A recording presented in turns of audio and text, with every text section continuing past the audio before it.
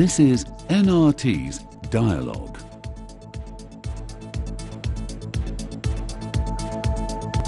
سڵاتان لەبێ من توانە عوسمان لە بەرنامەیەکی تری دیالۆگا پێتانگەیشتمەوە. بابەتی ئەم ئەڵقەیەمان لە دیالۆگ بریتیە لە قسەکردن لەسەر پەیوەندی نێوان هەرێم و بەغدا یاخود پەیوەندی نێوان حکومەتی هەرێم و حکومەتی ناوەندی لە عێراق. بۆ قسەکردن لەسەرم بابەتە دیسانەوە چوار هاوڕێی بەرنامەکەم میوانمە، هەرێک لە هیوا عوسمان، ڕێبن هەردی، زانا ڕەوف و شوان محەممەد. بەخێراتتانەکەم. مانگی داهاتوو 12 ساڵی ڕێک تێپەڕێ بەسەر کەوتنی ڕژەمی بەعسا. لە مایۆم 12 ساڵەیە نێوانی حکومەتی هەرێم و حکومەتی بەغا هیچ کاتێک نێوانی پەیوەندیشی جێگیر و مستەقر نەبووە. هەتا ساڵی 2008 تقریبا عنوانی قەیرانەکەمان لەگەڵ بەغایە عنوانی ئەزمەی با بڵێن 140 و جێبەجێنەکردنی مادەی 140 بوو، واتە عنوانێکی دەستوری بوو. لە 2008 بەدواوە تا ئێستا عنوانی ئەزمەکەمان بۆ بە ئەزمەی نەوت. هەڵبەت ماوەیەکی کورتیش بۆ ماوەی ساڵێک عنوانەکە بوو بە عنوانی مۆزوعی پێشمەرگە و بودجەی هێزی پێشمەرگە. واتە بە درێژایەم 12 ساڵە پەیوەندی نێوان هەرێم و پەیوەندی نێوان بەغا پەیوەندیەکی ناجێگیر و نامستەقر بووە. حکومەتی هەرێم نەیتوانیوە بە شێوەیەکی جێگیر دروست بکات لەگەڵ بەغایە. هەڵبەت بۆ بەغاشم قسەی ڕاستە، بەغاش نەیتوانیوە پەیوەندیەکی جێگیر لەگەڵ حکومەتی هەرێمی کوردستانە دروست بکە. ئەم مشکلەیە لەکوێیە بڕێتەوە؟ با لە کاک ڕەبینەوە دەست پێ بکەم. هەڵبەت من خۆم ڕەم هەیە دوای قساکەم بەس حەزەکەم لە جەنابتانەوە دەست پێ بکەم. خۆ کێشەیە بە لەگەڵ عێراقا کێشەیەکی دوور و درێژ و تاریخیە، هەر لە کۆنەوە گەڕێتەوە بۆ کۆن و ئێساش دەرهاوی شتەی تا ئێستا ماوە. کێشەی سنوورمان هەیە لەگەڵ لە هەمووی مهمتر کە و کێشەی سنوورە ئەو جێگانەیە کە تعریب کراون، یعنی ئێمە پیانەڵێن تعریب کراون، عەرەب بەینی ئەزانێ، دەوڵەتی عێراقی بە بەینی خۆی ئەزانێ ئێستا، چونکە لە زۆربەی شوێنە تعریبەکان ئێسانەوەی یەکەم و دووەم و سێم لەدایک بووەوانە جێگیر بوون لەوێ ئەوە ئامادەنین هینی بکەنەوە. کێشەی لەبەرەوە کێشەیەکی گەورەمان لەسەر سنوور هەیە، لەسەر جێگاکان هەیە، کەرکووکە، خانەقینە، دیالەیە و مەنتیقەی دای مووسڵ و ئەوانەیە. ئەمە زەحمەتە چارەسەرکردنی بە مادەی 140 بدایەت لە دەستورە وەکو ڕێگە پێشنیارێکرا، بەڵام 140 بە کەم تەرخەمی هەردوو لا کاکتوانە بە حەقەدەوە بڵێن، هەم کەم تەرخەمی کورتایە لە مادەی 140 هەموو دەوڵەتەکانی حکوومەتە یەک لە دوایەکانی عێراق هاتن لە جعفەریەوە بۆ مالیکی، هەتا تا هیچیان لێ جێبەجێ نەکرد. بەڵام یەکێک لە سیاسیەکانی کورد جارێ شتێکی جێڕایەوە، باسێک کە گلەیەکە بۆ خۆمان نەگەڕێتەوە. لە جعفەری جارێک لەو کاتەیە کە کورد دژی بووە، دژیەوە ببێتەوە بە ڕئیس، جارێک هاتووە بۆ ئێرە بە هەمومانی وتوێتی ئێوە بۆچی دژایەتی منەکەن، ئێمە پێمان وتووە تۆ لە مادەی 140 هیچ جێبەجێ نەکردەوە. پێی وتوین کاکە من عێراقێکم گرتوۆتە دەزەزایی کە هەموو وێران بووە پڕە لە تەقینەوە، مشکلی ئەمنیم هەیە، مشکلی جێشم هەیە، بەڵام ناپژمە سەرەوەی مادەی 140 بۆ ئەوە جێبەجێ بکەم. بەڵام ئێوە پێم بڵێن هیچ وەزیرێکی کورد، هیچ نوێنەرێکی کورد هاتووە شتێک پێشنیار بکات بۆ مادەی 140 من دژی وەسابم، حەقی گلەیتان هەیە. هیچ کەس لە باشی مادەی 140 نەکردووە، هیچ کەس زەختی لە من نەکردووە بۆ شتێک و من نەمکرد بێ. ئەگەر ئێوە خۆتان دوای مەسەلەکە نەکەوتن لەم ئەزمەیان من چۆن دوایەکەوم. بەشێک لە حەقیقەت لەم قسا هەیە، ینی بەشێک لە لەوەی کە کەم تەرخەمیکی زۆر لە برادرانە بۆ مادەی 140 هەیە، ئەو ئەزمەیەکی دروست کرد. ئەزمەی دووەمی لە مەسەلەی دۆزینەوەی نەوتا دروست بوو، ینی کە تۆ نەوت لە کوردستان دۆزرایەوە لە دوای ڕوخانی سەدامەوەوانەوە، دەستور بەپی دەستور بێ بەعزێ لەو هینانە ئێمە وای تەفسیرەکەین کە ئێمە مادامە و نەوتانە تازە دۆزراونەتەوە حەقی خۆمانە تەسەڕوفی پێ بکەین. لە دەستورە مادەیەکی وای هەیە ئەو نەوتانەی کە تازە دۆزرێتەوە هێشتا دەرنەهاتووە، شوێنەکان ئەتوانن تەسەڕوفی پێ بکەن بە یارمەتی لەگەڵ بەغایە. بەڵام ڕاستیە ئەمانە هەمووی کێشەی دروست کرد کاک توانە، بەڵام بەتایبەتی لەم ئاخریانە من پێم وایە کەم تەرخەمیکی زۆری کورت هەیە لە ڕێنەکەوتن لەگەڵ بەغایە. یعنی لەم ئاخریانە ئیتیفاقیەکی باشی امزاکرا، ئەو ئیتیفاقیە ڕەنگە ببوایە بە ژێرخانێکی باش بۆ کەمکردنەوەی ئەو تەنگژەیە کە لە ئێستا هەیە. ئەوەی ئەم ساڵەڵی ئەوە هەمناوێکی باش بوو بۆ تێپەڕاندنی هەندێ ئالۆزی کە لە بینی بەغا و هەرێما دروست بووە. و لە بیریشمان نەچێ ئەزمەکە بووە بە ئەزمەی سیقەش، سیقەمان بە یەکتری نەماوە، نە هەرێم سیقەی بە بەغاماوە، نە بەغاش سیقەی بە هەرێماوە. ئەو ئیتیفاقیە هینێکی باش بوو بۆی جۆرێک لە سیقا، جۆرێک لە پەیوەندی بێنیتەوە. داوا بەداخەوە کورد خۆی ئینسای ڕێکەوتنەی کردبوو بەڵام بەحقەت کوردیش خۆی جێبەجێ نەکرد. کاکشان ڕێی جنابی تقریبا لەوانەیە من تۆزە جیاواز بوون لە کاک ڕێبین لە بەتایبەتی لەسەر اتفاقی پێشوو ئەگەر ئێمە بینین لە پێش چاوی خۆمان پێشەم اتفاقیشی تر هەبوو کە هەر مانگەی و کورد 150,000 بەرمیل بنێرە ڕۆژانە و بەرامبەر ئەو بەغا سێ گوژمە پارە بنێرە 500 دوو گوژمیلار گوژمێکی کەی نەنات واتە ئێمە هەردووکمان لە هاوچێشەیەکین هەردوو سەرەکەی پڕە لە کێشە و پڕە لە ڕاکێش و ململانێ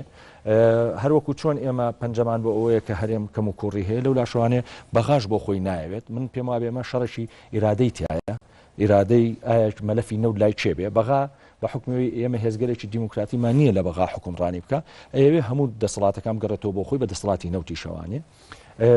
لە ناو کووردا ئێمە خۆمان زانین لە بیداتی مەشروعی نەوتەوە دوو بۆچوونە بوو بۆچوونێکە بوو کە نەوت دەرنێنین بۆچوونێکە بوو کە نەوت دەرێنین و حکومەت ئەمانی کرد ئەم اتجاهی لە ئاراستەکردنی کە بەتایبەتی دەسی پارتی و یەشتی دازاڵە ئەمەی کرد تازە ئێمە بەسەر واقعەکە کەوتوین کە نەوت دەرهێنراوە تەعامل لەگەڵ واقعا بکەین ئێمە لەو ماوەی پێشوا لەگەڵ ئەو لیژنیا دانیشتین بەسەرۆکی حکومەت و جێگرەکەی و بە وەزارەتی سامانە سروشتەکانەوانێ هەنێش خەلەلی فەنی هەیە کە پێویستە ئێمەش فەهمی بکەین وەخا هەوڵاتی بەسەتیش تێبگالی دوورمەڕۆ نەوتی کەرکووک هەتاوەکو گاتە جیانی تووشی یەک مانگیەوێت یعنی ئێمە ببوورە کاک دەبین با تەواویکەم ئەو هەژدە ڕۆژەی کە دایان نابوو بۆ قیاس کە هەرێم 250,000 ڕۆژانە بنێرێ طبعا ڕاستە خەلەل هەیە ڕاستە کەم و کوڕی لە داتاکانە هەیە کە دراوە بە بەغا و تەقدیم کراوە و ئەم کێشەی خۆی ئەسڵن لە تەنەیڵزەوە کە چوو بۆ بەغا لەوێ کۆمەڵی داتا یابوو لەگەڵ بە حکومەتی عێراق دانیشت بوو پێ ئەیلەوە داتانە بە داتا ئەو داتانە نییە کە ئێمە داوامان کردووە خلاصەی کەلام ئێستا ئەمە ئەم اتفاقی بە اتفاقی نەماوەتەوە بۆتە بەشێک لە یاسای بووجە یعنی ئێستا کورد شەڕ ئەبێش لە یاسای بووجە بکە ئایا ئەم یاسایە جێبەجێ بکرێت تاوان کورد کەم کوڕیتایە هەروەها بەغاش کەم و کوڕیتایە چون کەسە بۆ نمونە ئەخیر جار کە چوونەوانێ ئەبووایە 400 و تقریبا 90 ملیۆن دلار بنێرایە بۆ هەرێم ئەوە تا ئێستا 250 هاتووە کەەوە مانگی وا پێمە نای مانگی سیوانێ ینی کەم و کوڕێکە لە هەردوو لایەنەوە هەیە من قسم لەسەر ئەمە نییە کە دۆسی ئێمە دۆسی نەوتمان دۆسێکی شەفافە و پڕچێشە و گیر و گرفت و گەندەڵی نییە بەڵێ ئەمانەی تایە بەڵام من بۆ چوونم وایە ئێمە شتێکمان هەیە ناوی نەوتە و ئەم نەوتە ئێمە ئەبێ لەم سەقفا تەعاملکەین کە ئەم نەوتە ئەگەر باش ئیدارە بکرێت لە خزمەتی خەڵکی کوردستانە و ئەگەر خراپیش ئیدارە بکرێت وەکو ئێستا ئەکرێ بەزەری خەڵکی کوردستانە شکێتەوانێ و من بۆیە قەناعەتم وایە کە ئێمە بێ لەو سەقفەوە تەعاملکەین ئەمە کە شتێکی استراتیژیە کە هی کووردە کاک زانان ڕێی جەناب کۆکردوێک بوو ڕێی دوو بەڕێزانی کە ئیشارەتیان پێ من قەناعەتم وایە تا ئێستا پەیوەندی کورد لەگەڵ بەغدایە لە دوای 2023ەوە ئالودەیە بە سێ ڕەهەند کە نازانێ خۆی بەسەر دیوێکیانە ساغ کاتەوە دیوێکیان ڕەهندێکیان نیشتیمانیە واتە تۆ هاوڵاتیکی عراقیت کە تا ئێستا نەتوانیوە بۆ لە پرسی دەستور پرسێکی نیشتیمانیە بەر لەوەی پرسێکی نەتەوەی بە لەبەری تۆ بەشێکی لە عێراق پرسی دابشکردنی دەسەڵات لەگەڵ حکومەتی ناوەندا پرسێکی نیشتیمانیە تا ئێستا سیاسەتێکی ڕوونی کوردیمان نییە لەو ڕەهندەی پەیوەندی هەیە بە پرسە نیشتیمانیەکەوە نەمانتوانیەوە لەسەر بڵێن ڕێگە چارەیە یاخۆ ڕێچکەیەکی دیاریکراوە کۆک بین پرسی دووەمیان یاخود ڕەهەندی دووەمیان ڕەهەندێکی نەتەوەییە دیسانەوە لە ڕووی نەتەوەییەوە بە حکمی ئەوەی کە هەرێمی کوردستان نوێنەرایەتی نەتەوەیەگە کات کە بریتە لە نەتەوەی کورد لە بەرامبەر دەوڵەتی عێراق یەکێک لەوانی کاگڕەبین ئاماژەی پێ یعنی پرسی ناوچە جێناکۆکەکان پرسی نەوت پرسی پێشمەرگە کامانە کۆمەڵێک چەمکی نەتەوەین تا ئێستاش دیسانەوە ینی ئالوودەبوونێک هەیە لە لای سیاسەتی کوردی لەوەی کە ئایا چۆن ئەم تێزە کوردیانەی کە پەیوەندی بە نەتەوەی کوردەوە هەیە لەناو بەغدایە مامەڵەی لەگەڵاکرێت و لامان کاتە کاردانەوەی حکومەتی ناوەندیش بۆی چۆنە بێت پرسی سێمیان یاخۆ ڕەهەندی سێمیان کە دیوێکی حیزبیە ئەوش ئەوەیە کە یعنی قەزای حکومیەکان بابەتەکانی کە هەستیارن پەیوەندی بە حکومڕانی و مووقیفی هەڵوێستی هەرێمی کوردستانەوە هەیە لە دیوێکی حیزبیەوە لە ئێڕوانی بۆیە یعنی ئێمە لە هەر سێ ڕەهەندەکە بۆ منە لە بابەتێکە کە بابەتێکی زۆر سەرەکی و نەتەوەییە تۆ لە دیوێکی حیزبیەوە بۆیەکی بابەتێک نیشتیمانیە لە نەتەوەییەوە بۆیەکی یعنی بۆ نمونە یەکێک لە بابەتارە سەرەکێک پرسی نەوت کە ئێستا تەسەوەرەکەم هەمومان کۆک بین بەشێک لە مەسئلە هەرە جەوهەریەکانی ململانی نێوان کورد و حکومەتی ناوەند یاخود کە تاسا جۆرێک لە ئاڵۆزی دروستکردە لە نێوان پەیوەندی نێوان کورد و دەوڵەتی عێراقیە بابەتێک کە بە پلەی یەکەم نیشتیمانیە دوای نەتەوەییە چکە تۆ باز لە نەوتەیەکی کە لە چوارچەوەی دەوڵەتی عێراقایە بەڵام سێرەکی لەلایەکەوە بابەتێکی حیزبیانە مامەڵەیەکەیت بۆ هەڵوێستێکی حیزبی تعبیری لێکی لە بەرامبەرە هەندێک پرست هەیە حیزبیە بۆ منە تۆ پەیوەندی هەیە لەگەڵ هێزێک لە هێزەکان لە نێو هەرێمی کوردستانە پەیوەندیەکی دۆستایەتی هەیە لەگەڵ وڵاتێکی دراوسەیە ئەیکەی بە بابەتێکی نەتەوەی ئەیکەی بە بابەتێکی نیشتیمانی بۆی هەمیشە ینی لێکتێ نەگەیشتن ڕۆیاد لە بینی ئەم هێزەکانە لە بەرامبەریشە تۆ پرسێکی حیزبی بە زۆر بەنەتەوەی ئەیکیت لەگەڵ دەوڵەتی عێراق مامەڵ لەگەڵاکی بێگومان من لێرە باسی هەڵوێستی دەوڵەتی عێراق ناکەم چکەم تەنها لە دیوی کوردستانەوە سێری ناوەند دەکەم چکە و کاتە لەوانەیە ناوەند خۆی هەڵوێستێکی تری هەبێت لە بەرامبەریشە خۆشمان ێگلا نەکرێتەوە لەوەی کە ئایا کوێ نوێنەرایەتی ئەم دۆسیایەکات چێم خەوە لە بۆی کە ئەم بابەتانەمان بۆ یەکلاکاتەوە ئەگەر ململانەیەکمان بۆ دروست بوو چێ مەرجع لە چارەسەرکردنی گرفتەکانە لە 2023ەوە بیگرێت لە کاتی داڕشتنی پەسەندکردنی قانونی ئیداری دەوڵەت بە قۆناغی گواستنەوە کە لاشتی سی 2004 دەرچەوە بۆ دەستوری عێراقی 2005 بە دوای ململانەکان لە پێگەنانی حکوومەتەکانەوە بە دەستور و هەموو بابەتانی تر بە دوامینیان کام ڕێکەوت نەبوو تا ئێستا ئاڵۆزیەک هەیە کە ئایا خیتابی کوردی لە مامەڵەکردنی لەگەڵ دەوڵەتی عێراق چ بابەتێکە حیزبیە نەتەوەی یاخود نیشتیمانیان بە بڕای من کامە سەرچاوی کێشەکانە کە تا ئێستا نەمەتوانیوە خیتابێکی موحدمان هەبێ بۆ مامەڵەکردن لەگەڵ حکوومەتی ناوەندە هاوڕام لەگەڵ کاکزانە یەک شتی تری گرنگ هەیە بەڕای من خۆت ئەگەداریت ماوەیە لە بەغا بووم لەگەڵ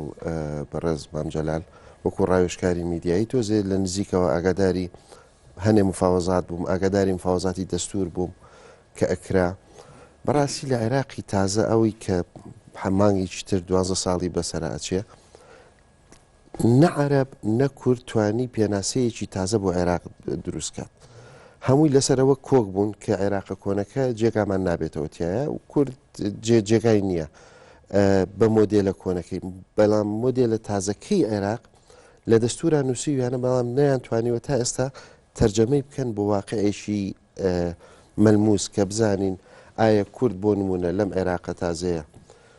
کورد ئەوەی لە بەغایە چییە ئیشی هاوبەشێکی سەرەکیە لە حکومڕانی هەموو عێراق یان نوێنەری هەرێمی کوردستانە ئەگەر هاوبەشێکی سەرەکیە بێ بە شێوەیەتە هەڵس و کەوت بکات ئەگەر نوێنەری هەرێمی کوردستانە بێ بە شێوەیەکی تر هەڵس و کەوت بکات تاکو ئێستا ڕێک نەمان بینیوە یعنی خۆی کورد ئەڵێ من ئەبێ هاوبەشێکی سەرەکی من میوان نیم لە بەغا زۆر باشە بەڵام تا ئێستاوەی هەستمان کردەوە هەر وەکو میوان تەسەڕفی کردووە لە بەغا ئەگەر بێتەوە بیرتان لایەنەکانی باڵێن لە کوردستان زۆر جار باس لەوە ئەکراڵی ئێمە حکمێکی لیبرالی ئەلمانی دوور لە تونند و تیژی ئاینی وەم شتانە ئەبێ هەمان بێت لە کوردستان بەڵام لە هەمان کاتە لە عێراق پشگیری لەگەڵ ئەو هێزە ئیسلامیانەی هەیە کە تا ئەیانوێ عێراق بە ئاراستەیەکی تر بەتەواوی برن کە زۆر جیاوازە وەکو سیستەمی سیاسی لەگەڵ عێراق لەگەڵ هەرێمی کوردستان ئەمە بەشێکی کێشەکە بەڕای من بەشێکی تری نەبوونی تیم نە لە عێراق نە لە بەغا نە لە عێراق نە لە هەرێمی کوردستان هەرێمی کوردستان تا ڕادەیە دەموچاوەکان ناسراون باڵێن ئەوانەی کە ئەچنە بەغا شش حوتێکن دیارن ینی زاکرەیەکی مؤسساتیان لا دروست بووە هی مفاوزاتیان لەگەڵ بەغا ئەگەر بێت و سەیری وەزعی بەغا بکەیت لە هەموو مەلەفەکانە جارێ بازێ مەلەف هەیە بۆ نمونە 140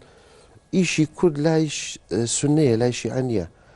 سنەش لە 2023 تاکو ئێستا 6 سەرکردایەتیان گۆڕیوە تاکو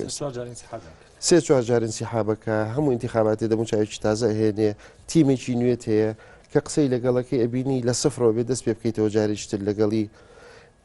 نەبوونی ئەوەی کە بە ئینگلیزی پێڵێ ئینتەرلۆکەتۆر شەریک ئەوەی کە شخصی تەرەفی مقابل بۆ مفاوەزات ئەمە کێشەیەکی گەوری لەسەر پشتیوانی و قسەی تۆ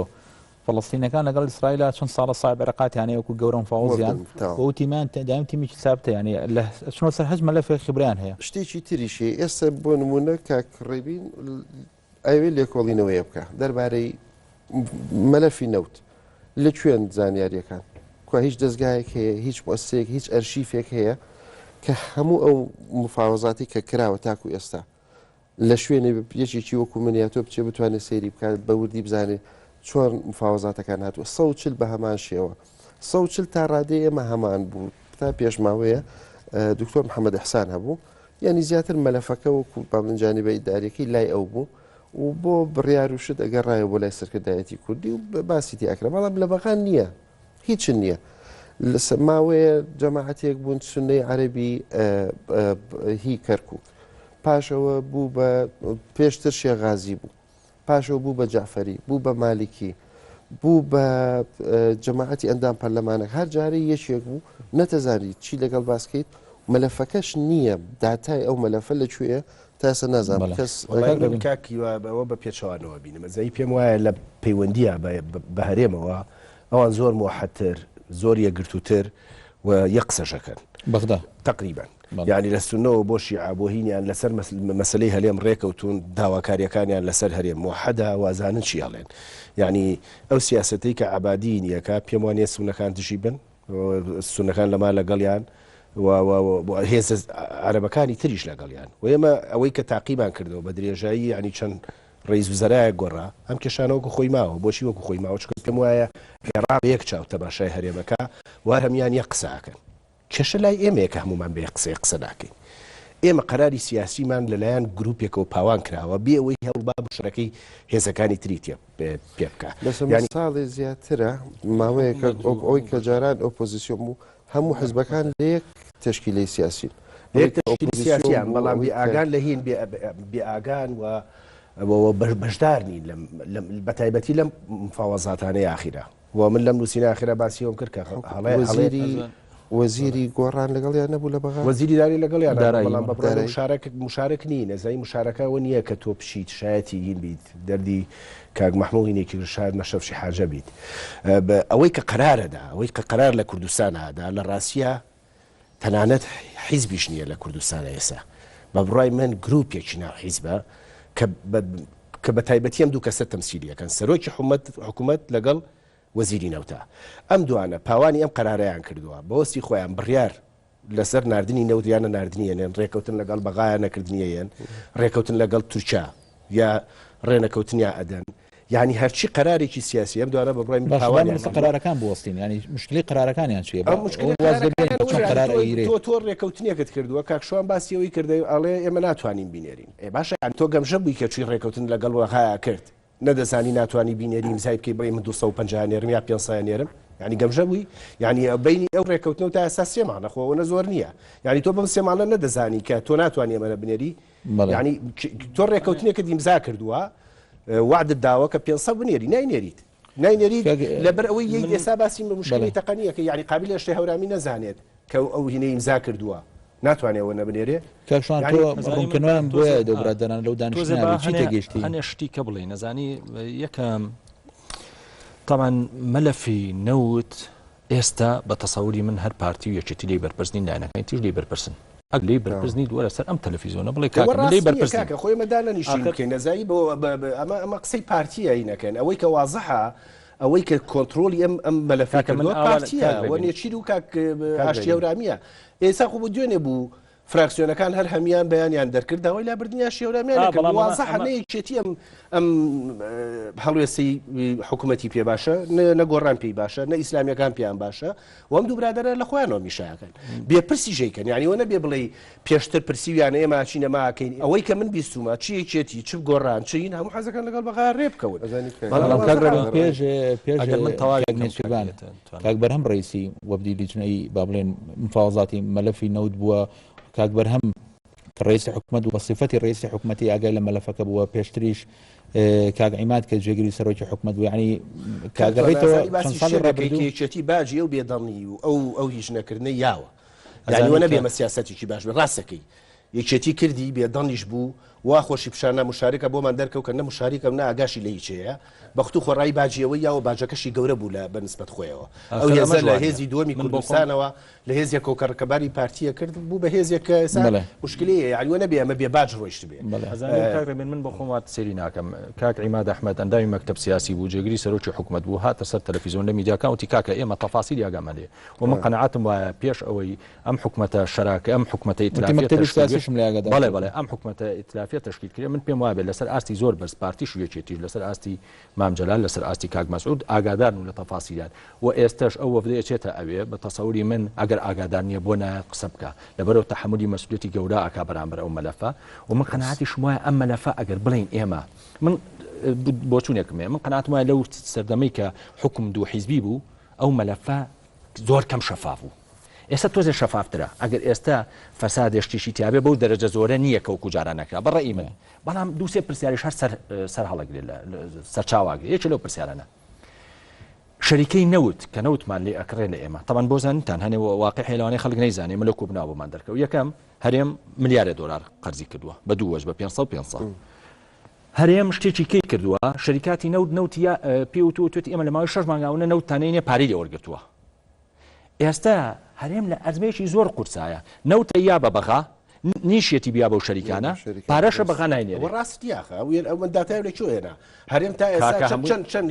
ئینتاجەکە کاگین من معنی بە دقیقی دازانم هەمووی 400 هزارەکە 150 بەهین 150 ئەوەی تری 250 توانی بنێری بۆ بەغا بە پێوی فەی کە کردوتە ئەوەی تری بەس من پێم وایە ئەوە من شتێکی برانە پێ بڵم ئەگەر بچیتە سەر وەزارەتی سامانە سروشتەکان هەموو مانگە کلیشی لێ بکە هەرچیان ئینتاجمان چەنە چەند مافرۆشتۆ هەمووی تایە لەبەرەوە بەشێکی لەوە خۆمان تەحمولیەکەین یعنی ئێمە ساحەفی تەحمولیەکەین سیاسەکان تەحمولیەکەن و ئەو وەفدانی چوشنەتە بەغا بە دژای ئەم ماوەیە خۆیان تیا بوون خوان لە تەفاسیلی ئەوەدا حتا بۆ توش شاشتیایە بوون خلاصەی کەلام ئەمەیە ئێمە بینە سەر کێشەکە ئیدارەدانی مەلەفەکە ئیدارەدانی مەلەفەکە ئیدارەدانێکی فاشلە ئەمەیە لەبەرەوەی بۆ پرسیارەکە لەبەر ئەوەیە کە دووشت هەیە وازەح نەبووە کە چوونەتە لای بەغا قسەیان کرد یەکێک لەوانە ئێمە ئەگەر لە 550 زیاتر ئینتاجمان کرد چی لێیە ئەمانەڵێ ئێمە وتومان ئەو 550 ئەوە حەقی ئیقلیمە و تەسەڕوفی پێوە بکەین و بینەوە بە شەریکاتوانە ئەمە یەکیانە دووش ئەوان ئەڵێن ئێمە جارێکە بیرە نەوتەکانی کەرکووک هەر بۆ خۆی خەلەلی تایە ئەمە پێماوتون خەلەلی تایە ئێستا لە 350 ەوە هەرێم زۆر تەحملی مەسئولیەتی ئەوە ناکە بە بەغا خۆی ئەیکا ئەڵێ ئێمە وتومانە کاکە ئەوە خەلەلی تایە ئەمە ناڕۆشنە بەڵێ زانەتخوا من ببوورە ینی مناقەشەکە بەرەوەی تجاهی ڕقم و ئەو وردەکاریە نەبین لەبەرەوەی ئەو تۆموجێریە ئێمە سەری لە دەرناکەین یعنیەوە شتی اختصاصیە ئێمە مەشەدە سیاسەکە و پەیوەندەکە بزانین دەرە بەڕاستی ینی مشکلی بینی هەرێم و بەغدا ڕەنگە بەشە دیوەهرەزەقەکەی بریتی بە لەنەوت بەڵام لە پاڵەوایەک دنیاشتی قەزای سیاسی اجتیماعی نەتەوەی ئەوانی تر هەموو پەنگ خوارد بەڵام ئێساوەی کە زۆر دیارە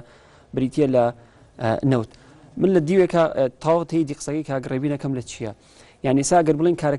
کارکتەرە سەرەکیەکانی حکومڕانی لە هەرێمی کوردستانە بۆ پەیوەندی لەگەڵ حکومەتی ناوەندا بریتین لەمانە با لە ڕووی شکلیشەوە بێت سەرۆکی هەرێمە سەرۆکی حکوومەتە ئەنجومەنی وەزیرانە ئەنجومەنی هەرێمی نەوت و گازە ئەنجومەنی بەڵای پارتە سیاسیەکانە ئەمانە گروپێکن لە پاڵ ئەوەشا چیمان هەیە ئێمە وەزیرمان هەیە ئەندام پەرلەمانمان هەیە سەرۆکۆمەرمان هەیە لە بەغدا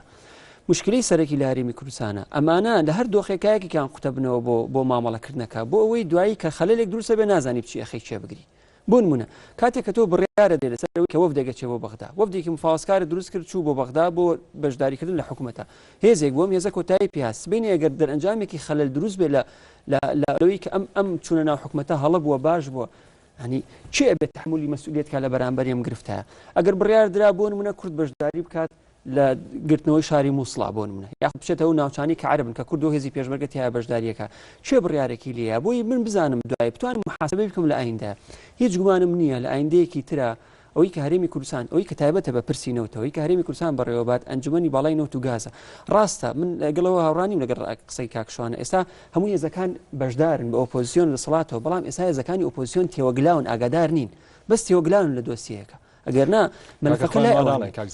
کاکشوان نمونەی زۆر سەرچاوی کاکشوان سەرچاوی ینی تو ساڵی سیاسەتی هەرێم لەگەڵی ناسیاسەتێکی ینیینە سیاسەتیش تەواوە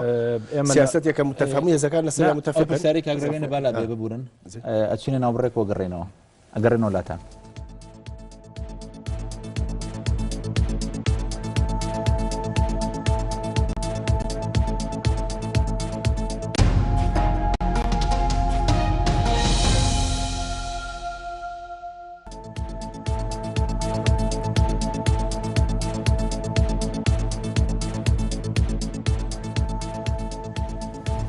سڵاتان لێ بەجارێکی تر پێش ناوبڕەکە کاکزانە هەندی چەندێ تێبینی تر بڵێ زانی چۆنە کاکتوانانی ئەگەر ئەم دۆسێ بۆرگریت پەیوەندی لەگەڵ حکومەتی ناوەند و حکومەتی هەرێمی کوردستانە بە تایبەتی لەسەر دوای دروستبوونی قەیرانێکی دارایی سەرچاوی قەیرانی کە لە دواییە تەقیەوە بریتی بوو لە ڕێکەوتنی حکومەتی هەرێمی کوردستان لەگەڵ حکومەتی تورکیا بۆ 50 ساڵ نەوت هەرێمی کوردستانە چێ بۆ بەغدا تاسە شتێک نییە بەناو ڕێکەوتن نەڕێکەوتن هەیە طبعی ئەوەی کە کاکشوان سەری وێبسایتەکان کە بڕۆ سەیرەکان کە کەس ئاگای لێ تەنانەت لەناو ئەو ئەنجومەنە ڕاستە ئەو شتە ڕێکەوتن تاسە دەلیلێکی قاطع نییە ئەو ساتی ناو تورکیا لە سەحافە ئەڵێن هەیە وەرەقە هەیە ئیمزا کراوە ئەگەر بیریشتان بێت کاکە هیوا ئێمە لێرا کە یاسای بوجە دەرچوو کە بوو بە خاڵێکی بوجە ئیتر ئیتفاق دەوری نامێنێ یاساکەیە ئێستا بێ کورد شەڕکە لەسەرەوەی کە یاساکە جێبەجێکرێت تۆ یەک ساڵ بودجێ هەرێمی کوردستان بڕاوە لەسەر ڕێکەوتنامەیەکی 50 ساڵی چکە سەرەتای ملبلانەکە لە مانگی 12 2013 ئەوە دروست بوو لە مانگی 2 ساڵی 2014 حکومت کە بودجێ هەرێمی کوردستانی بڕی وتی تۆ نەوتە نێریت بەبێ وەرگرتنی پرسوڕای حکومەتی ناوان لێرە سەرچاوەیەک دروستە بێت بەڵام تۆ لە ئامان کاتە ئەنجومەنێک تێنای ئەنجومەی نەوت و گازە کە لە 5 کەس پێگاتەوە من دڵنیام دوانیان ئاگایان لێ نییە سیانی ئاگای لێتی لەم سیانەیە مشکلەکە ئەوەیە تۆ سیاسەتێکی نەوتیت هەیە هەومان ئاگادار بوون انتخاباتەکانی 21 نوێی ساڵی 2013 سەرۆکی حکوومەت کە و کاتە سەرۆکی لیستی پارتی دیموکراتی کوردستان بوو پرسی نەوت وەکو پرسێکی حزبی طرح کردو لەناو بۆڵبژاردننی پەرلەمانی کوردستانە دوای ئەم بابەتە لە پڕێکا بێتە پرسێکی نەتەوەی دوای لە پڕێکا بە بابەتێکی نیشتیمانی بەبێ ئەوەی کە بۆ نوێ یەک دەنگی هەبێت تۆ لەلایەکەوە من وا قساکەم کە کاگیوا ئاگاداری وردەکاریەکان شتی منە بەڵام ئاگادار نییە بەڵام کە بەشدار بێت لەم کۆبوونەوەی لەگەڵ منە تێوەگلاوە لەوەی ڕای کە من وەرم گرتووە من تەسەوورەکەم بەشێکی زۆر هێزە سیاسیەکانی کوردستان کە لەبەری حراجێکی بەخۆی دروست کردە بۆ نوێسا ئەنجومەنێکی شکلی دروست کردووە پارتە سیاسیەکان کۆبنەوە لەگە سەرۆکی هەرێمە ناچارەکی پشتگیریەکی لەبەری دێوەزمەیەکی ناوی داعشە ئەگەر نا بەشێکی زۆری ئەم هێزگەلی کە لە کوردستان هەیە تێوەگلاوە ئەوەی کە حکومەکە لەسەرم بابەتە ینی بابەتێکی حزبیانی صرفە بەڵام مامەڵەکردنیەکی حزبیانەیە بەچی بە سامانێکی نەتەوەی لەلایەکەوە بە پرسێکی نیشتیمانی زۆر گرنگ کە تۆ مامەڵەکردن لەگەڵ حکومەتی ناوەکەی هەستیاریشە بەڵام بیرمان نەچێت پێشەوەی کاگیوا قسە بکە لەبەری مافی قسەکردنی هەیە ئێستا ئێمە لە چەند ساڵی ڕابردووە توانیمان ئەو گرێبەستانی کردومانە لەگەڵ شەریکاتی نەوت بیسەپێن بەسەر بەغا توانیمان کۆمەڵێک شەریکاتی گەورەی نەوت بێنین عێراقەوە لە ئێکزنەوە تا شیڤرۆن و چەندین شەریکاتی تر توانیمان وا بکەین کە عێراق قەناعەت بۆ بکا کە لای خۆمانەوە نەوت بڕوە هاتە سەرەوەی عێراق داواکای ئێمە یارمەتی بین لە نەوت ڕۆشنە یعنی ئەمە لە فەسەرباری هەموو مشکلەکانی چۆن هەنگای چۆتە پێشەوە یانیمە توانین قرد بین بە بەغای نەوەگە و شەریکان لێ کرد تۆ وەبەرهێنانی نەوتی دروست کردوانێکیشە دروست کرد منە ناڵێم هەموو سیاسەتەکە ڕاستە بەس دەڵێم هەنگاوێکیش وستان بۆ نافرۆشێ نەوتێکە دێن بۆ نافرۆشێ ینی تۆ لە چکات کاکتوانە بەڕاستی لێرە دوو دیوی هەیە مەلەفی نەوت بۆ کورد یەک شتێکی زۆر تازەیە لێ نازەوەکو کاکشوان باسی کرد لە سەرەتا دوو ڕێی هەبوو ئایا دەری بێنین یان دەری نەهێنن نەوتەکە بەشێکی کە زمانی حکمڕانی هەردوو حزبەکە بوو بەشێکی ناشەفاف بوو هەبوو ناشەفافێتێکی گەورە بوو و هەمومان بیرتانە ینی زۆر جارەمان وت لە نەوەکو ڕۆژنامەنووس ئاسانترە لەگەڵ سەرۆکی پاراستن چاوپێکەوتن بکەی نەک سەرۆکی سامانە سروشتیەکانی وڵاتەکەت کە یا وەزیر با بڵێن بەرپرسی سامانە سروشتیەکانی وڵاتەکەت کە ئەبێت لە هەموو دنیا بە عەکسەوەیە ئەمە لەلایە لەلایەکی ترە کورد بۆی نەبوون کوردی وەکو ئیش لە کوردستان یاخود لە بەشەکانی تری کوردستانیش ێکی زۆرمان هەبوو لەو بارە هەورامی کە یانی تەزانی هەنگیان لەدار دۆزیەوە ئەکانەوە شتێکی زۆر باشە سەرەتاش ئەگەر بیرتان بێت دکتۆر بەرهەم و لایەنی یەکێتی بوو هێنانە ناو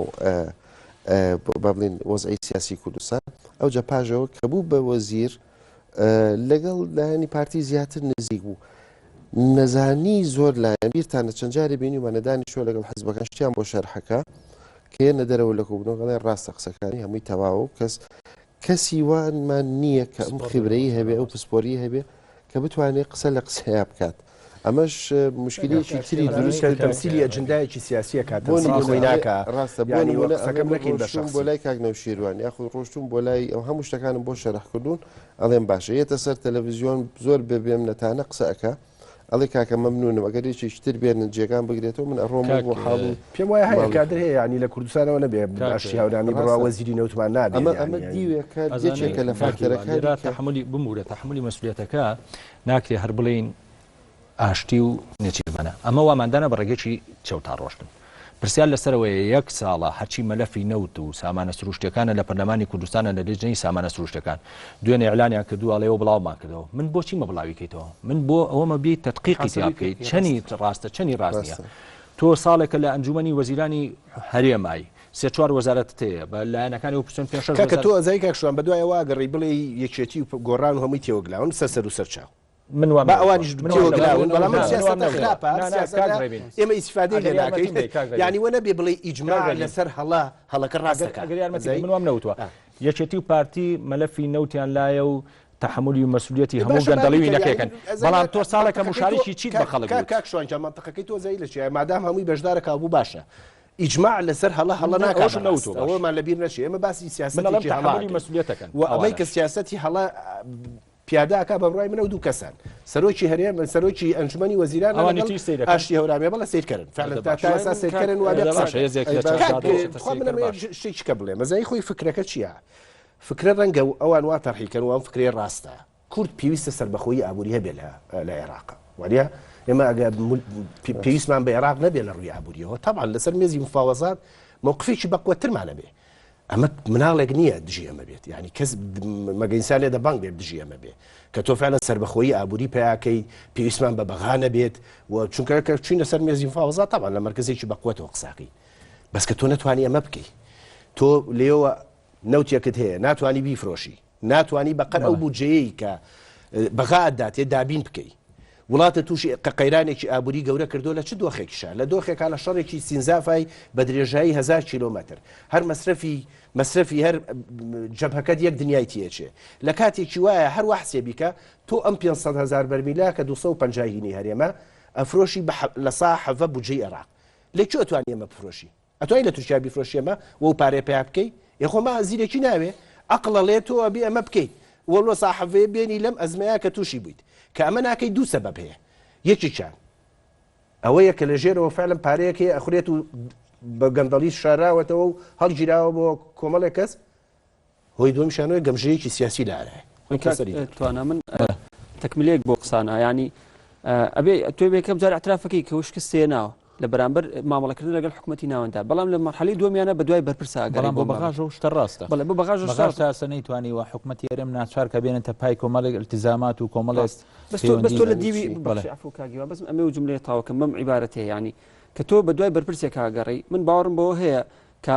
پێویستە سیاستەکە بگۆڕی نەک شخصەکان بەڵام زۆر جار سیاستەکەەوە پێویستەکە شخصەکانیش بگۆڕیت لە بەغدا گرفتی سەرەکی لەگەڵ حسێن شارستانیا بوو لە ناچار کەسێکی بۆ دانێنای عادل عەبدولمەهدی بووی کە بتوانی پێداچوونەوە بکەیتەوە بە سیاستەکەی خۆتە ئەمە یەک دووەمیشیان ئەم بابەتی هاتنی کۆمپانیا زلهێزانی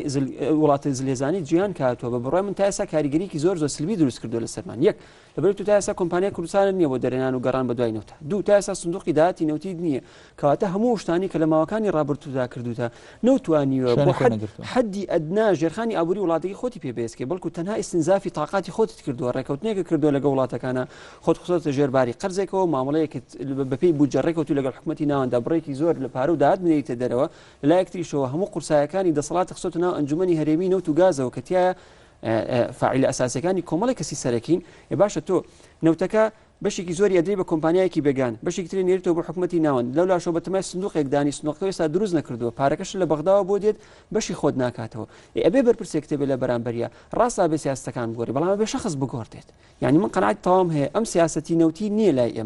ئەمە نەوتێکە بارگاوی سیاسی کراوە ئەگەر نا سیاسەتی نەوتی ئەلفوبای خۆی هەیە کەسایەتی زۆریشمانەیە کاتوانێت بەرپرسایەتی تەحمل بکات بەڵام لەگەڵەوەی قسەی کاکشوان وتی بەڵێ من 100% تەئیدیە و قسەیەکەم یعنی ئەبوایە ئەگەر ئەوێ زانی ترکەنایان هێزی ئۆپۆزیسیۆن بۆ لە ماوەکانی ڕابردووە ئێستا لە بەشدارن ئەبوایە ئێستا هەڵایەکی زۆر گەورە دروست کرا لەسەر ئەوەی کە نقطەی خەلەکە دەستنیشان کرێت یعنی من دڵنیام ئێستا کە گلەیەکی زۆر لە وەزیری دارایی یەکرێت لەبەرەوەی کە ئەندامێکە لە ئەنجومەنی هەرێمی نەوت و گازە من دڵنیام ئاگادار نییە بەڵام ئەوە ئیشی حزبەکەیەتی کابووە لە پشتۆ نێشتا ئەمە هەموو بەرپرسایەتێک بکەیتە ئەستۆی خۆی بڵێ ئەو بڕۆ لە وەزیری داراییەکی خۆت پرسا بۆچی نەیتوانێت ئەمە ئێمە کاکتوانە هەموو ئەو وەزیرانەی کە هی سێلایەنەکەی ترن کاکە یەک تێبنیان نەبوو ئیتر یعنی تۆ ڕازیت بۆ وەزع ئێستا من ئەگەر بڵێم ڕێم وەکو کاک ڕێبینە یعنی ڕازیم بۆ وەزع ئەمە یەک دوو یاخە خۆ ڕازینی بوونی ئەو سیاسەتەکە باش ناکە یعنی ئەگە گۆڕان ڕازی بێ بەم سیاتەوە نەبێم سیاسەتی باش بێ کاکە ئێمە وتمان ئێمە غەڵەت پرسیارێکمان یەکێ لە مشکلە هەرە گەورەکانی وەزارەتی سامانە سروشتەکان مؤسساتی نییە باشە من تێناگەم معارەزە چوو ئەوێ بۆی ئەگەر ئیشی نەکرد بەوەی ئەم وەزارەتە بێ بۆ مؤسساتی چی کردووە من پێم وایە بداتی کێشەکە لە 2023 لەوە دەسی پێکڕۆ کە دوو هێزە سەرەکیەکەی هەرێمی کوردستان یەکێتی نیشتمانی کوردستان و پارتی دموکراتی کوردستان هەڵسان بە دوو ئیرادەی جیاواز مەلەفەکانیان تەوزیع کرد لە بەیدیەکە یەکێتی مەلەفی بەغای بەرکە و هەرێمی کوردستانیش بەر پارتیکەوت ئەم حاڵەتە وەزعێکی دروست کرد کە کەسیان بە ئیرادەی شەراکەت لەگەڵێکە مامەڵە نەکەن هەردووکیانۆک و دوو هێزی جیاواز لەم مەلەفە ئیدارەی مەلەفەیان کردو مام جەلال هەتا لە بەغا بوو هەوڵەیە هەرێمی کوردستان و بەغا پەیوەندیەکی فدرالیانە بێ وەکو لەگەڵ یەکتریا. لەم لاشەوە پارتی ئیداری مەلەفەکەی وایە کە جۆرێک لەلا مەرکەزیەتی زیاتر بەرەو هەرێمی کوردستان بەرەیە. ئەمە ژوای کردووە کە بە درێژای ئەو ماوەیە ئەم دوو هێزە شەریک نەبن بەڵکو بەشی یەکتری بن. لە منتەقی خۆیان پارتی وەکو چۆن ئێستا من خواردنێک داواکەم لە باتی بۆ دوو کەسی داواکەم بۆ یەک کەسی داواکەم بەس بەشێکیان بە تۆ یەکێتی لە منتەقی خۆیان بەشێکی پارتی. ئەم ئیرادەی بێ ئیرادەیی کە یەک ئیرادی سیاسی نییە بەشی یەکتریان لە شوێنەکان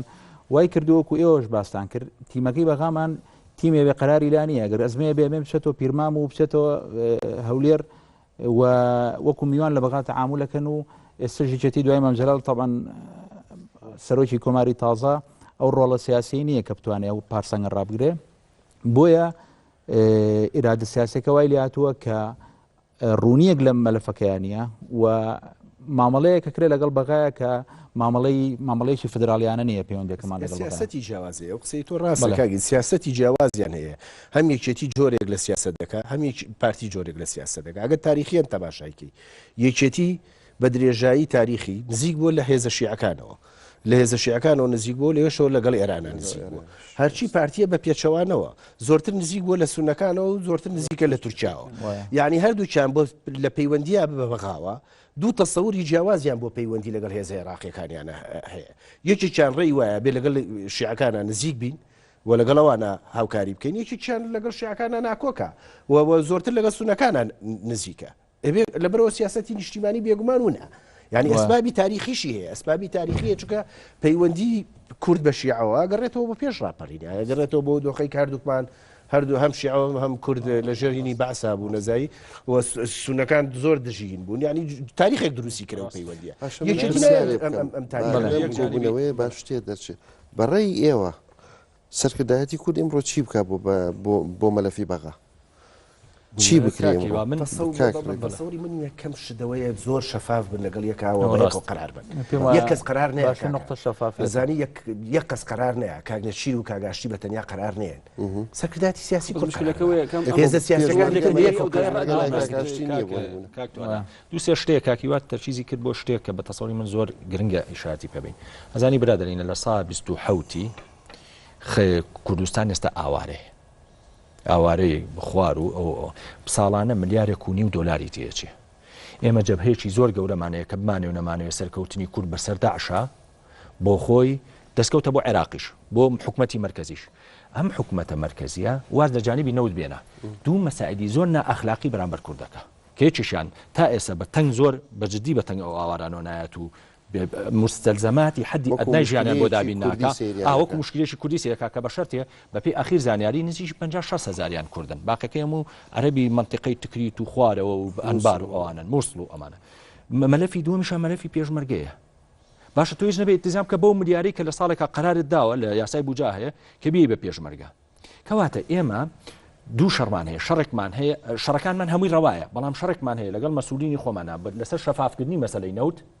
کە هەمومان پێویستە بە یەک تیم تەعاملی لەگەڵ بکەین شەڕێکترمان هەیە لەگەڵ حکومەتی بەغا کە زۆر نائەخلاقی بەرامبەر ئەم قەزە گرنگانە تەعامل مەلەفی سەوچلیش بەڕای من ئەبێ کورد بیرێ لەوە بکاتەوە کە ئەو سەوچلی کە باس کراوە ئەوەی ئۆڵ ئۆرنەن وەکو پێڵێن هەموویان هیچ مستحیلە تەنفیز کرێ ئەبێ کاتی ئەوەی یەت و هاتووشە بەڕای من بڕیارێکی ئازایانەی لێ بدرێ کە بڵێن سەوچل لە شوێنێک ئەوەستێت کەرکووک هەر هەموو کەرکووک ڕەنگە شەرت نییە هەمووی ئیمڕۆ عملی بێت یاخود واقعی بێت تەطبیق کرێت ئەبێنەوە عن نەرمیەک بنوێنێ بەرامبەر بە بەغا کاکشوان من نەزانی بەخوا مەسلەی ئەو جێناکۆکانە تەنها پەیوەندی بە بەغاوە نیە حلکردنی ئەو مەسەلای ناکۆکانە پەیوەندی بە تەوازنی هێز لە کوردستانە هەیە حماسەتێکی گەورە نە لە پارتینە لە یەکێتی بۆ یەکلاکردنەوەی ئەو قەزیە نیە چونکە ڕەنگە ڕوو بە تەوازنی هێز لە کوردستانە بوو ئێستا بە ئەمە دۆخێکا بێ بە حقیقەت بیڵێن و دانی پیا بنین و تا ئەم متمانەیە لە بینی یەکێتی و پارتی لە بینی پارتی و گۆڕان لە بینی گۆڕان و یەکێتیا بەردەوام بێ ئەم قەزیانە حەل ناکرێت چونکە هەمووی لە ترسی ئەوی تر ئەمە بەس بۆ 140 نییە بۆ هەموو مەلەفەکانی بۆ ئەم بەڕێزانە باسیەکەن یانی هەمووی تعبیرە لەوەی کە تا ئێستا ڕوئای ئێمە بۆ مامەڵەکردن لەگەڵ حکومەتی ناوەندا ڕوئایەکی حیزبیە ینی شتەکە بەرەبەر وەردەکرێتەوە ینی نمونەیەکی زۆر بەسیط بێنینەوە کاتی خۆی دیبلۆماسیەتی عێراقی کە تەسلیمی و شارزێباری وەزیری خارجی عێراق کراوە وا باسەکرا کە زۆر کەسێکی سەرکەوتوو بۆ لەوەی کە توانیوێتی عێراق لەژێر فەسڵی حوتەم بێنێتە دەرەوە عێراق لەژێر لە ئەوەی کەیتر حیساری لەسەر عێراق دەوڵەتی عێراق سیادی بۆ بگەڕێتەوە باشە تۆ بتوانی دیبلۆماسیەتێکی ئەوەندە بەقوت تبێ بۆ دەوڵەتی عێراقی بتوانی لە بەرامبەر کۆمەلگای نێودەوڵەتیە حیساری لەسەر لابەریت و سیادی بۆ بگەڕێنیتەوە تۆ ناتوانیت کە لە کاتێکا خودی ئەو وەزیرە ساخۆی وەزیری داراییە ناتوانێت مەلەفێک وەرگێ بۆ مفاوزا لەگەڵ حکومەتی ناوەندا بۆی ینی ئیشەکە هێندە قورسە من زۆر جارەکەومە گومانەوە لەوەی کە هەندێک جار پلانەکان چارەسەریان زۆر ئاسایی بۆتەوە گرفتی ئێمە لەگەڵ حکومەتی ناوەندا و قسەی کاگیوا زۆر ڕاستە ئێمە کۆمەڵێک تەوەرە و مەلەفی ترمانەیە کە زۆر گرنگترن لەنەوە بەڵام سیاسەتی ئێستای حکومەتی هەرێمی کوردستان لە غەیری ینی کانێکی نەوت بیرێکی نەوت زیاتر لە مامەڵەکردن لەگەڵ حکومەتی ناوەندا هیچ دۆسی و پرسێکی تر نەبێ کوێنگری بێ لە کاتێکا دایان کێشەی تری بۆ دروستکردووی کە لەوانە بابەتی زۆر گرنگتر هەن کاگڕەوی لەوە زیاتر هەیە ئەمە وەفدە چۆ لەگەڵ بەغایە دانیشتن بکاو اتفاقیە بکاو کۆبێتەوە ئێمە نوێنەرمان هەیە لە بەغا نەچۆ بیان بینی ڕۆڵیان چی نەچۆ بیان بینێ بڵێ من هاتوومە مە بکەم کە تەواویش بۆ کۆبوومەوە بکەم دلیل لەمە زیاتر هەیە بۆ تاگڕەوی کە لە قرارە هەیە یەک شتی تری زۆر گرنگ هەیە لێرە کاک ڕێبین ئێستا تۆ دوێنەرت هەیە لە بەغا ئەو ئەوەی کە باسییانەکەی وەزیرە نایب ڕێیس وزەرایە سەرۆک کۆمارە نایب ڕێیس پەرلەمانە وەزیری داراییە کێشە هەمووی یەتێتەوە تا هەولێر ینی هەموو ئەو کێشانەی کە دروستە بن لە شتی بچووکەوە بەسەرەت سەر هەڵەیەن هیچ حل ناکرێت دیارە دوێنەرەکانی بەغا هیچ بڕیاریان بەدەست نییە بۆ مامەڵەکردن لەگەڵ ئەو مەلەفان لەوێ دانراون و کە کێشەکانی بە نەتیجارە ببێتەوە بۆ هەولێر هیچی نەمان بیستووە کێشەیە دروست بێت لە بەغا لەلایەن تیمی بەغاوە حەلکرابێ وای کردووە عبادی دوایەوەی کە وەفدەکە ڕۆیشتەوە یەکسەر سەرۆکی هەموو فراکسیۆنەکانی بان کردووە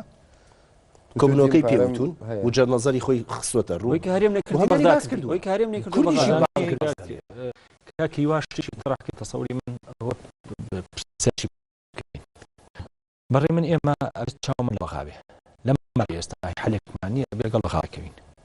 و لەگەڵ بەغاش ڕێکەوین نەک هەل لە ڕووی نەوت و پارە و بوجوانەوە لە ڕۆ سیاسیەکە شێوانێ ئەگەر ئێمە بۆ ئایندەش بیر بکەینەوانێ هەنگاوێک بەرەو پێشتر بچین مەسەلەی کورد بەرەو پێشتر بەرین شیعەی عێراق و پێکاتەکانی عێراق زۆرترین خەڵکن ئێستا تەمامی وەزعیمان کردو لە پارچەکانی تی کوردستان بەوە دەستوری عێراق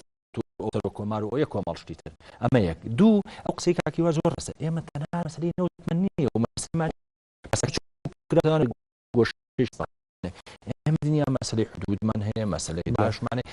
مەلەفیترمانێ قسەکەی کاگیوا کە لەسەر چی بکرێت کاگڕێبین ملاحەزەیەکی ود من لەگەڵ ئەوان ینی شەفافێت تایتڵی بنەمایی هەموو کێشەکانە و تایتڵی سەرەکیە شەفافێت لە هەرێمی کوردستان ئێمە ئەزمموی هەرێمی کوردستان طبعا ئەجندەیەک هەیە یا طموحێکەیە کە هەرێمی کوردستان بەرەو جۆرێک لەسەر بەخۆی بچێت هەر سیاسەتی نەوتیش بەڕوو ئاراستەیە ڕوە قسەکە ئەوەیە کە ئەم ئەجندەیە بابلەن ئەم ئیرادەیە ئەبێ ئیرادێکی شەفاف بێ ئەبێ خەڵکی لەگەڵا بێ ئەبێ یەک ڕیزی نیشتیمانی لەگەڵا بێ ئێمە لە هەرێمی کوردستانە ئەزمموی ئێمە لە ئەزمموی ئیسرائیلە چێت کە چواردەورمان هەمووی دوژمنە تورکیا ئێرانە عێراقا چواردەورەکەتە ئەم ئەزمونانە کە لە دنیاە لە چواردەورێکان کە دەوری ئاگرە بە طبیعەتی حاڵ ئەبێ لە ناوەوە سەفی نیشتیمانی بابلەن ڕیزی نیشتیمانی زۆر بەخۆت بێ ئەمە بەچی ڕاگیرێ بە شەفافێت ڕاگیرێ ئێمە لە هەرێمی کوردستانە هەتا ئەزمەکە دروست نەبێ نیانە سەر تەلەڤیزیۆن و پێت ناڵێن چی ڕوویاوە بۆیە خەڵکیان لەگەڵانی ئێستا خەڵک بۆچی بڕای بە ئەزمەکە نییە سەمن لەم ڕۆژانە کاربەدەستی قسەی لەگەڵا کردم وتی ئێمە نازانین چۆن ئەم شتە بۆ خەڵک ڕوونکەینەوە هەچێکڵن خەڵک بڕواناکە ئەمە مشکلەیە چییە ئەو مشکلەیە کە تۆ لەگەڵ خەڵکە شەفاف نەبووی هەتا و شوێنی ئەزمەکە ئەزمێ دروستە بۆ بەدوو ئیرادەش مامەڵات یا لە هەولێر یا لە بەغا مۆتەمەرێکی سەحەفیەکەن کۆمەڵی قسەی خۆشەکرد هەر یەکە چێت ماڵی خۆی شش حو مانگی تر ئەزمەیەکی تر دەست پێکە یا ئەجا تەسریحی ئاشتی شەفافێ بە تەنیا بەڕاستی ئەگەر مەفهومێکی محاسبەشی لەگەڵا نەبێت یعنی تۆ بۆ نمونە ناڵم بۆوانی ئایندە بۆی کە لە ڕابردووە بۆ نمونە تۆ وەفدێکە نێری بۆ بەغدا بادۆخەکەی وەرەکەیتەوە لەم لاوە بەرپرسێکێت لێدوانێکی ئاگرینە دۆخەکەت بۆێنێتەوە قۆناغی سفر جارێکتر چه محاسبە ئەمانە ئاکات یعنی چۆنە بێ بەرپرسبی لە بەرامبەر ئەوەی کە تۆ قوتی خەڵک ژیانی خەڵک ئەفرۆشتەوە بە خەڵک بەوکو دەستکەوتێک پێفرۆشتەوە لە کاتێکە ئەمە قەیرانەکە خۆت سەرچاوی قەیرانەکانی بۆیە دەستخستنە سەربرینەکە دەستنیشانکردنی کارکتەرەکان کە ڕۆڵێکی زۆر نێگەتیڤیان بینیوە لە چارەسەرکردنی دۆستیەکانە چکامە هیچ لە بەرژەوەندی خەڵک نییە بڕۆ لەگەڵ خەڵکێکی ئاسایی پرسیار بکە خەڵک ئێستا وای لاتۆ سەرقاڵی بژێوی ژیانی خۆیەتی ئاگاداری پرسە گرنگەکان نەماوە ڕەنگە ئێستا خەڵکێکە بێ بڵێ حکوومەتی ناوەند زۆر باشتر لە حکوومەت هەرێمی کوردستان تا و ئامانجێک کە حکوومەتی هەرێم هەیە بووە لە وەرگرتنی سەربەخۆیی دارایی و سیاسی بەڵکو معادلەکە بە تەواوی پێچاوە ناکاتەوە بۆیە مەفروض ئەو کەسایەتیانەی کە ڕۆڵێکان بینیوە کە کاگەڕێبین ئشارەت یا بەدوو کە سەرۆکی حکوومەتی هەرێمی کوردستان وەزیری سامانە سروشتیەکان ئەبێت جێتێکە بێ محاسبەیان بکات لەسەر ئەوەی ئەم کەم تەرخەمانەی ماوەکانی ڕابردووە یا پاساوی خۆت تەقدیم کە یا گرداوی لە بردنەکەی بۆ خەڵکی بکە نەگوی کە تۆ لە بەردەمی نخبەیە کاداوی لە بردن کەی بڵێ وڵا من غەڵەت کردو لە لێدوانم بۆ شێوەیە یا خۆتۆڵە بۆ وی کە پێویستەکە داوای لێبوردنی لێ بکرێت ئەوە خەڵکە نەگەوەی کە تۆ بچی لە بەردەمی هێزێکی سیاسیا داوای لێبوردنکەی یاخۆ لە بەردەمی چەند میدیاکارێک کاکزانە سرە ڕای بە من جگە لە شەفافیت یەک فاکتەرێکی تری گرنگ هەیە بۆ ئەم جۆرە کێشانە لە دنیا کە ئیشی پێکرێ پەیماننامەیەکی نیشتیمانی کوردی گشتی کوردی کە هەموو لایەنەکان پابندن پێی اتفاقێک بێت چۆن اتفاقی استراتیژی هەبوو بینی یەکێتی و پارتی یاخو ڕێکەوتنامەی واشنگتۆن هەبوو لێرە بەڕێی من بۆ مەلەفی بەغا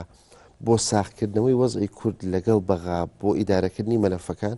پێویستیمان بە خاریتەیەکی ئەوەی هەیە پێڵێ ڕۆد ماپێ خاریتەی تاریخ نەخشە ڕێگایەک هەیە ئەم نەخشە ڕێگایان نییە تاکو ئێستا